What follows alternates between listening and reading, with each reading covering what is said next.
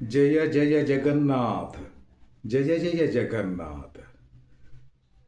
మనకి ఇష్టమైనటువంటి మాసం ఆషాఢ మాసం.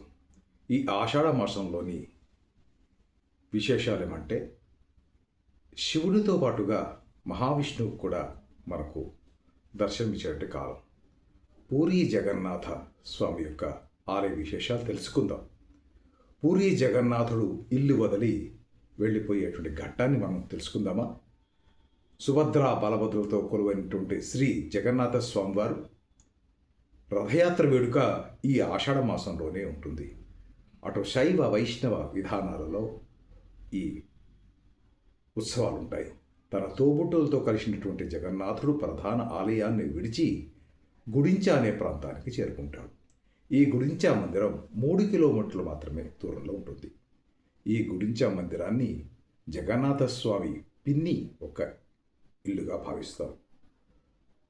ఇది పూరికి ప్రధాన ఆలయానికి 3 కిలోమీటర్ల దూరం ఉంటుంది. ఈ 9 రోజులు గుడించాలో ఉండి తిరిగి స్వామి ఆలయానికి 9 రోజుల తర్వాత చేరుకుంటాడు. అయితే మనకు వచ్చే అనుమానం ఏంటంటే, ఈ 9 రోజులు పూజాది కార్యక్రమాలు ప్రధాన ఆలయంలో ఉంటావా? ఉండవు. ఈ 9 రోజులు కూడా స్వామి యొక్క పూజాది కైంకర్యాలన్నీ కూడా గుడించాలోనే జరుగుతాయి. పూరిలోని జగన్నాథ ఆలయంలో ఆషాఢ శుద్ధ విధియ నాడు ప్రారంభమైనటువంటి ఈ యాత్ర గురించి తెలుసుకుందాం. గుడించాక 3 కిలోమీటర్లు వెళ్ళాలంటే సుమారు 15-20 గంటలు పడుతుంది. ఈ సమయంలో కోట్లాది మంది భక్తులు స్వామిని దర్శనం చేసుకుంటూ ఉంటారు. రథయాత్రను లాగేటువంటి ప్రయత్నం చేస్తూ ఉంటారు. పూరి ఆలయానికి సంబంధించిన రాజులు, ఆ రాజవంశీకులు బంగారు చీపిరిని తీసుకొని ఆ రథాన్ని శుభ్రం చేసి జగన్నాథుని, బలభద్రుని, సుభద్రాని ఆ రథంపైకి ఎక్కిస్తారు. భక్తుల హోలాహలం మధ్య, భక్తజనుల ఆనంద మధ్య ఈ ఉత్సవాన్ని మనం చూడాల్సిందే. భక్తులందరూ కూడా ఆనందాలతో, భక్తితో ఓలాడుతుంటారు. ఒరిస్సా ప్రాంతంలో జరిగే ఈ పూరిలో జరిగేటువంటి ఈ ఉత్సవాల్ని ప్రపంచవ్యాప్తంగా ఉన్నటువంటి భక్తులు, భారతదేశంలో ఉన్నటువంటి వాళ్ళే కాకుండా అనేక మంది ఈ రథయాత్ర పాల్గొంటారు. మీరు కూడా పాల్గొనవచ్చు, లేదా ప్రత్యక్ష ప్రసాదం ద్వారా దూరదర్శన్ ద్వారా కూడా చూడవచ్చు. ఒక చక్కటి భక్తి భావన మనలో కలుగుతుంది.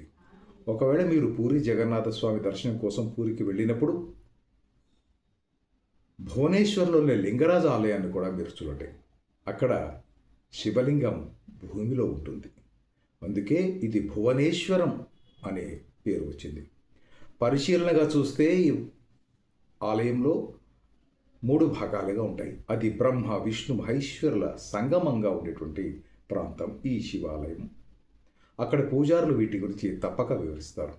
దీనితో పాటుగా కోణార్క సూర్య దేవాలయాన్ని కూడా చూడండి. భువనేశ్వర్లో ఉన్న రాణి మహల్ను కూడా సందర్శించండి. అక్కడ శిల్ప సౌందర్యాన్ని మీరు గమనించండి.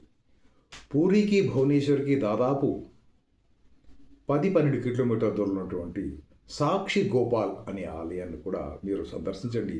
అక్కడ కృష్ణ భగవాన్ యొక్క విశేషాలు కూడా మీరు తెలుసుకోండి. అక్కడ నుండి కటక్ దగ్గర శిల్ప సౌందర్యాన్ని చూడండి. దాంతోపాటు దుర్గామాత యొక్క శక్తిపీఠాన్ని కూడా మీరు చూడండి. పూరి జగన్నాథ ఆలయంలో జరిగే ప్రసాదాలు కూడా మనం తెలుసుకోవాలి అనుకుంటున్నాం కదా. అవేంటంటే, ప్రతిరోజు వందలాది మందికి ఇక్కడ భోజన వసతులు ఏర్పాటు చేస్తారు. ఇవన్నీ కూడా కుండలపై వండుతారు. ఒక కుండపై మరొక కుండ ఇట్లా పెట్టి 7 కుండలతో పెట్టి వాటిని ప్రసాదాలు వండుతుంటారు. ఆశ్చర్యం ఏమంటే, ముందుగా పైన ఉన్న 7వ కొండ పదార్థం ఉడుకుతుంది. చివరిగా కిందనున్న కుండలో ఉన్నటువంటి పదార్థం తయారవుతుంది. ఇది ఇక్కడ ఉన్నటువంటి మరొక వింత. ఇక్కడ బావిలోని నీరులే వారు వాడుతుంటారు. ఇంకా విశేషం ఏంటంటే, ఈ ఉత్సవాల్ని ప్రతి 12 లేక 19 సంవత్సరాలకు ఒకసారి విగ్రహాల్ని మారుస్తారు. ఆ విగ్రహాలు మార్చినప్పుడు కూడా ఒక విశేషం ఉంటుంది తెలుసా? జగన్నాథుని విగ్రహాన్ని, పాత విగ్రహాలు తీసి కొత్త విగ్రహాల్లో ప్రాణ ప్రతిష్ఠ చేస్తారు. పాత విగ్రహంలో ఉన్నటువంటి ప్రాణాన్ని పూజారులు తమ కళ్ళకు గంతలు కట్టుకొని చీకటి ప్రాంతంలో ఉండి స్వామి యొక్క ఉన్న శక్తిని కొత్త విగ్రహంలోకి పంపిస్తారు. అక్కడ భక్తులు